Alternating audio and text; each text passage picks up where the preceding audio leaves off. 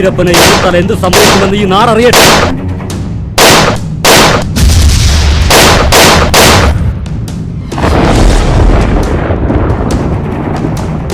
കാട് രാഷ്ട്രത്തിന് സമ്പത്താണ്, അതെല്ലാവർക്കും അവകാശപ്പെട്ടതാ. നീ കാട് സ്വന്തം വീടാക്കിയിട്ട് കാട്ടിലുള്ള മൃഗങ്ങളെല്ലാം കൊല്ലുന്നത് തെറ്റാണെന്ന് അറിയില്ലേ? ഇത് നോക്ക്, തെറ്റ് നീ സമ്മതിക്കണം. നിന്റെ ശിക്ഷ ഞാൻ കുറച്ചു തരാം.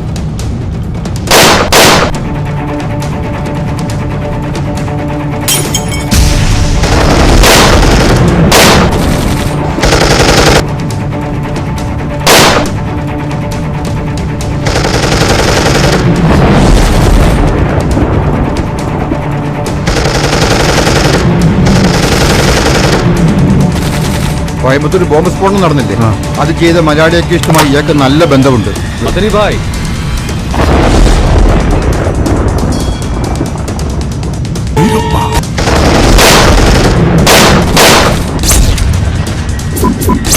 സിംഹത്തെ കാട്ടിനുള്ളിൽ വേട്ടയാടുന്ന പ്രയാസം അവനെ നാട്ടിൽ കൊണ്ടുവരണം.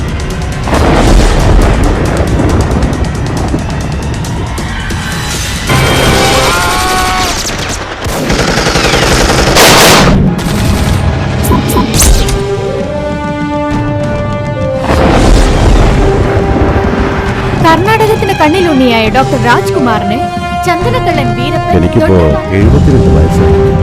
ഞാൻ എല്ലാം അനുഭവിച്ചു കഴിഞ്ഞിരിക്കുന്നു. കൂടെയുള്ളവരെല്ലാം പ്രായം പറഞ്ഞാൽ അവരെങ്കിലും പറഞ്ഞിട്ടുണ്ട്. ആനകളെയെല്ലാം കൊല്ലുവാൻ കാരണക്കാരനായി നിയമങ്ങളെയെല്ലാം മറികടന്നുകൊണ്ട് നരഹത്യ ചെയ്ത് കൊലവിളി നടത്തിയ ഒരു ക്രൂരനായ മനുഷ്യന്റെ ജീവിത കഥയാണ് ഈ ചിത്രം.